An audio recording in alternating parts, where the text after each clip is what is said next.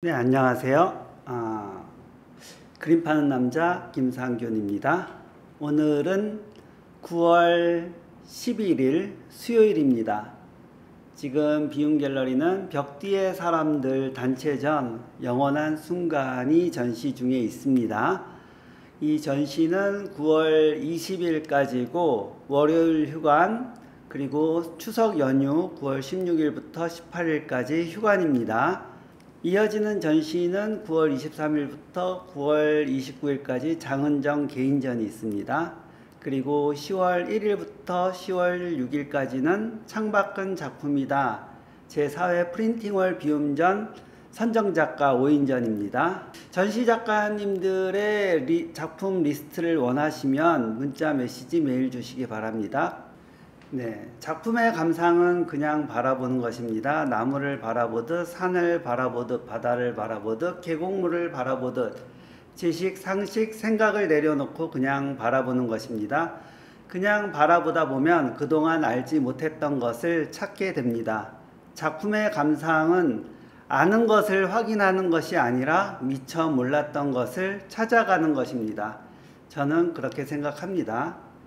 갤러리에서 그림을 판다는 것은 기록을 남기는 일입니다. 작품은 미술관, 공공기관 등 여러 사람들이 볼 수 있는 곳에 여러 곳에 전시가 되고 갤러리, 아트페어, 옥션 등에서 판매가 되어 기록이 남으면 작품이 미술품이 됩니다. 기록이 남으면 작품이 미술품이 됩니다. 기록이 남지 않으면 작품은 그냥 작품이 됩니다. 오늘은 수요일이고요. 시간은 참으로 빠르게 가고 있습니다. 전시가 지금 계속 진행되고 있는데 프랑스에서 활동하시는 작가님들이기 때문에 주로 그래서인지 몰라도 주로 설치 위주로 전시가 되고 있습니다. 이번에 키아프에서 전시한 것이 키아프하고 프리즈하고 전시를 비교해 보았을 때 들리는 말에 의하면 어떤 분이 말씀하시기를 키아프는 전보다 설치물이 많이 나왔고 프리즈는 이제 설치물이 좀 빠지고 평면 회화가 좀 많이 나오고 그렇게 되었다고 그렇게 보여진다고 얘기하시는 분이 있었습니다. 네, 벌써 3회째를 맞이했으니까 그렇게 변화가 된 것이고 그래서 키아프 같은 경우에는 좀 많이 업그레이드가 됐고 프리즈 같은 경우에는 많이 현지화됐다는 그런 평이었습니다. 일부 관람하신 분들의 이야기입니다. 네. 앞으로 다음에 2회 더 있으니까 그동안에 또 어떻게 변화가 되어지는지 기대해 보아도 좋을 것 같습니다. 이번에는 관람객이 엄청 많았다고 하는데 이번에도 그것은 지금 아트페어가 많아지고 또 미술을 관람할 수 있는 곳이 많아지기 때문에 그런 것 같습니다. 네.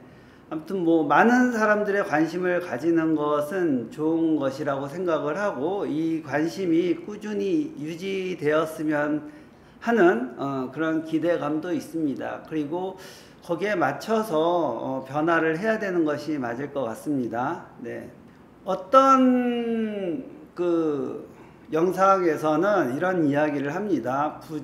지금 아트테크라는 얘기를 계속 얘기를 하는데 아트테크가 되는 것처럼 보이는 거지 그게 아트테크를 목적으로 해서 아트테크가 되는 것은 아니라고 말씀하시는 분의 얘기를 들었는데 사실 예술이라는 부분이 예술을 향유할 수 있다는 것이 어느 정도의 마음의 여유가 있고 또는 생계와 관련된 별개의 일로서 문화적으로 마치 게임과 같이 즐길 수 있는 것이지 이것으로서 어떤 비즈니스를 한다는 것은 어려운 일인 것 같습니다. 그래서 그런 측면에 있어서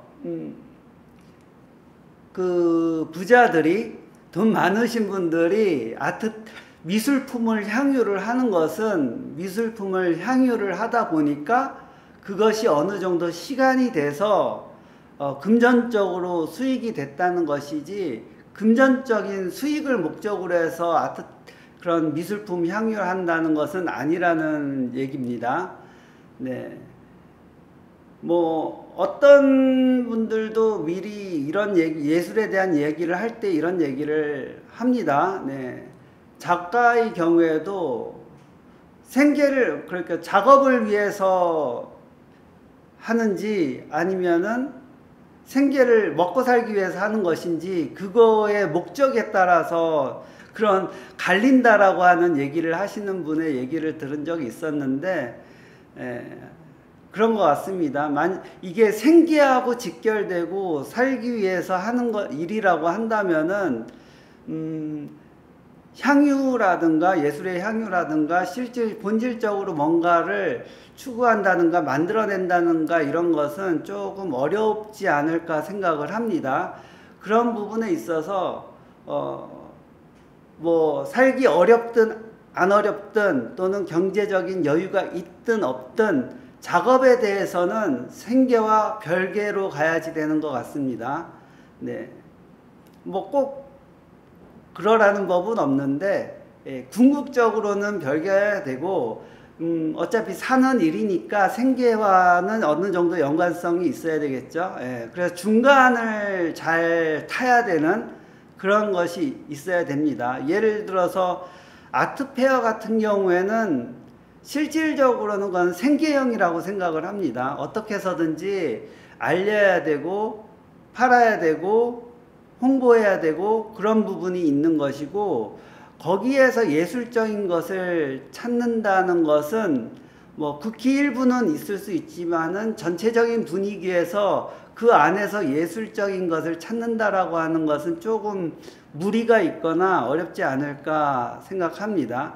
그리고 감상에 있어서는 시간적 여유와 관찰을 하고 바라보는 것이 있어야 되는데, 아트페어는 너무 많은 작품과 너무 많은 작가들, 갤러리들이 나와 있기 때문에 휙휙 보면서 딱 눈에 들어오는 것을 찾아야 되는 것이 우선이기 때문에 향유한다, 즐긴다는 것은 약간 좀 다른 차원인 것 같습니다.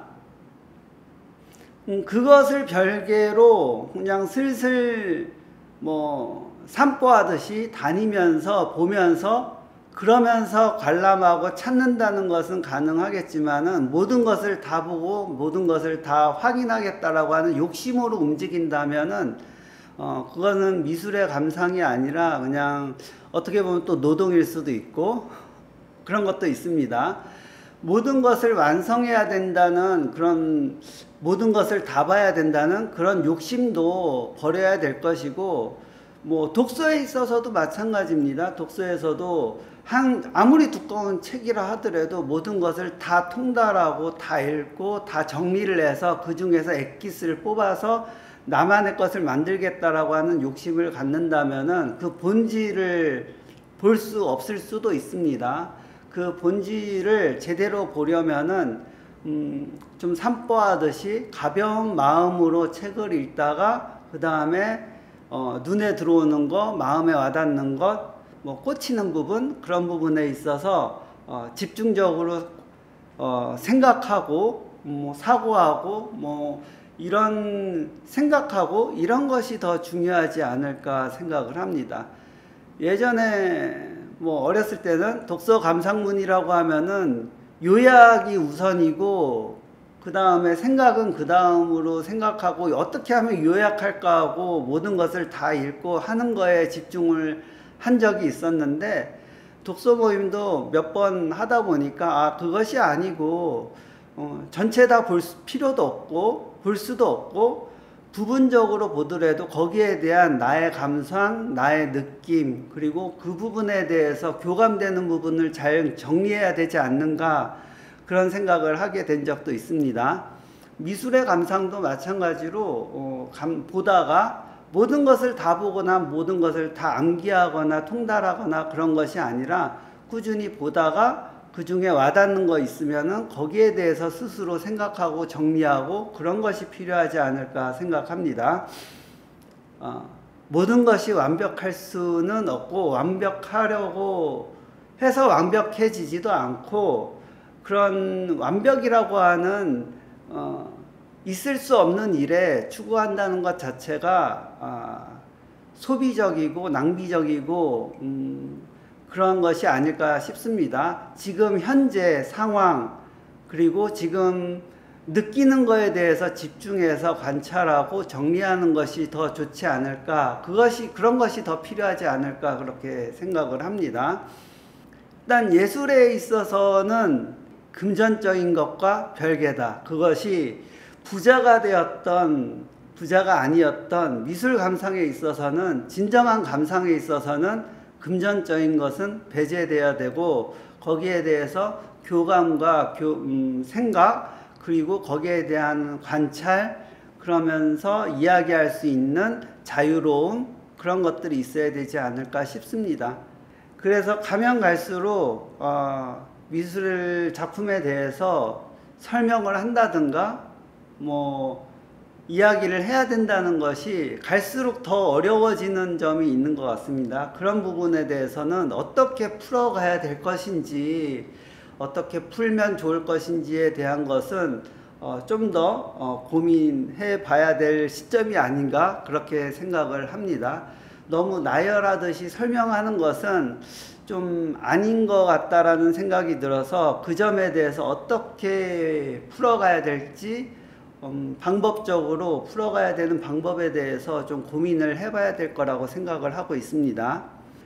작가님들도 작품 설명에 있어서 작품 설명은 어느 정도 배경이라든가 어디서 영감을 받았다든가 그리고 어떻게 흘러간다라든가 그런 굵은 줄기는 얘기할 수는 있어도 세세하게 얘기하는 것은 좀 아닌 것 같습니다.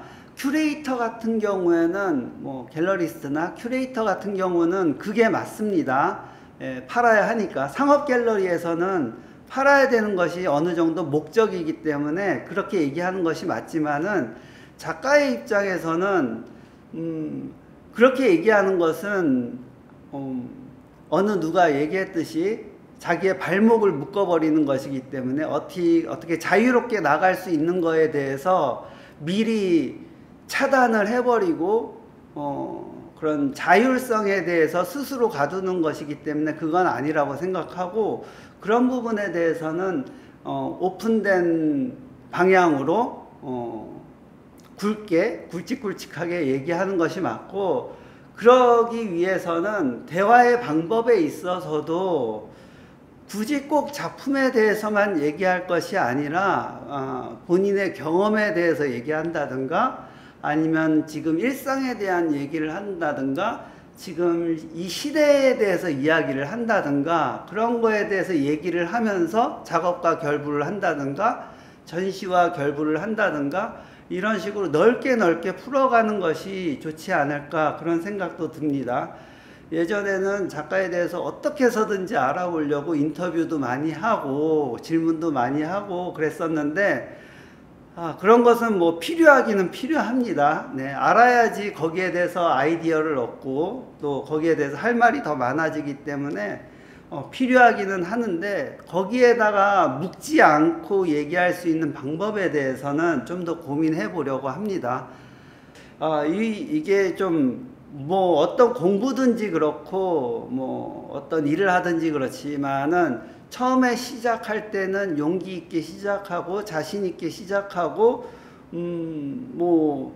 그렇게 시작하지만은 하면서 갈수록 어려워지고 이야기도 하기 힘들어지고 풀어가기 더 어려워지고 그러는 것 같습니다.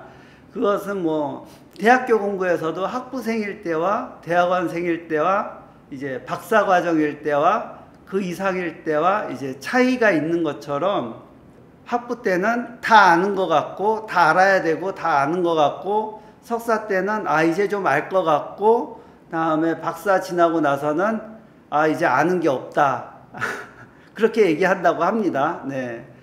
그런 과정이 당연한 것 같고 그렇게 흘러가는 것이 맞는 것 같습니다. 저도 예전에는 뭐 공부하면 다 알고 들으면 다 맞고 그런 것 같았는데 최근에는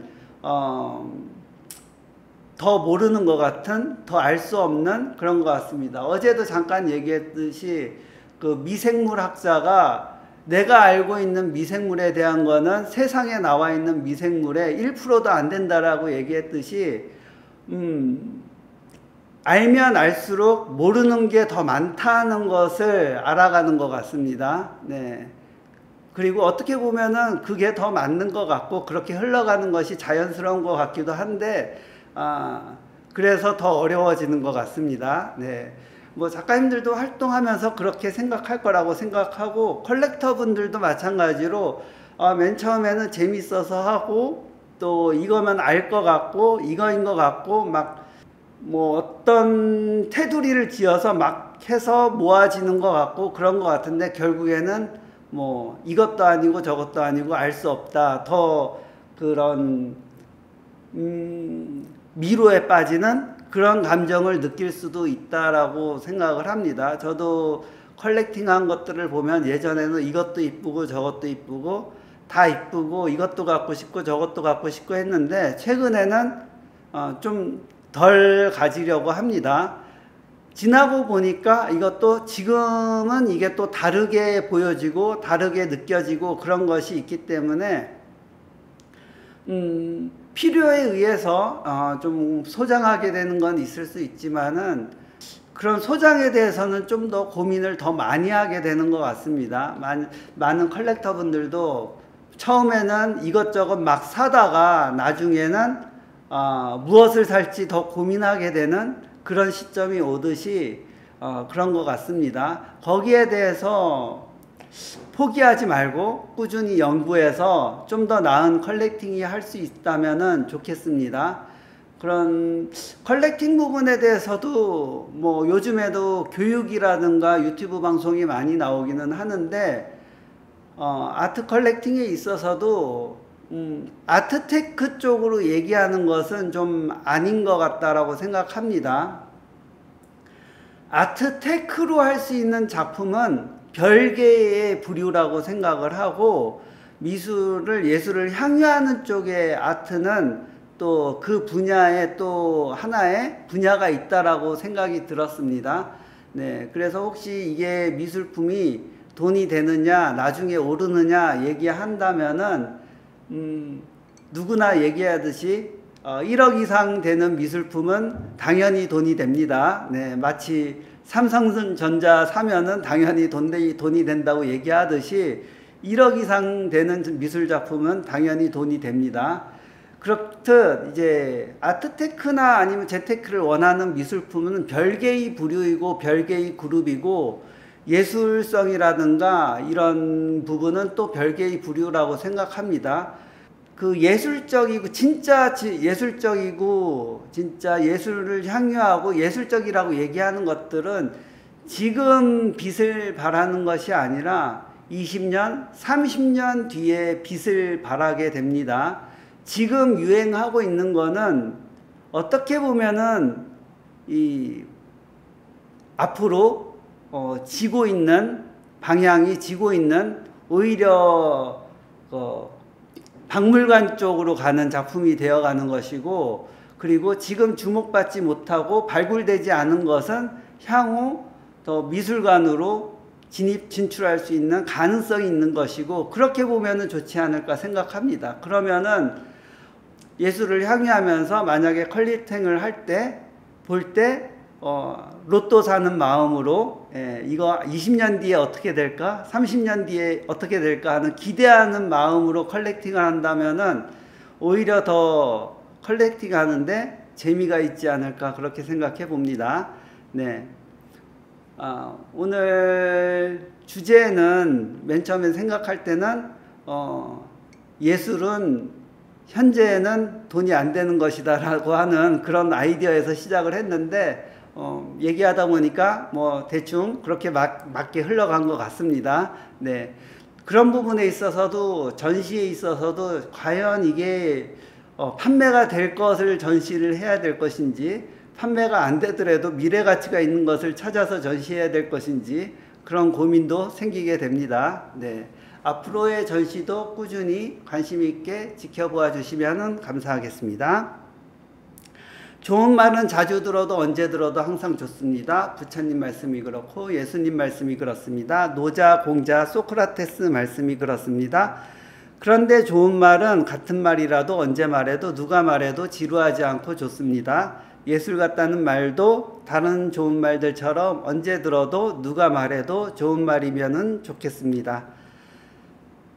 제가 소크라테스를 좀 좋아하는 것은 소크라테스가 독배 마실 때 한 말이 너무 인상적이어서 그렇습니다. 독배를 마시면서 이런 뉘앙스로 얘기한 것 같습니다. 너희들은 너희들 세상에서 잘 살고 나는 이 독배 마시고 저 세상에서 잘 살 것이다 라고 하는 그런 뉘앙스로 얘기한 것이 저는 그런 뉘앙스로 받아들였는데 그 부분에 있어서 굉장히 용기 있고 저 세상에 대한 어떤 갈 수 없는, 가지 않은, 오지 않는 미래에 대해서 얘기하는 것이 굉장히 인상적이어서 소크라테스를 자주 연상하고 좋아하고 있습니다. 그래서 여기에서 철학자 중에서 소크라테스를 넣고 있습니다. 오늘도 일상이 예술 같은 하루 되시기 바랍니다. 감사합니다.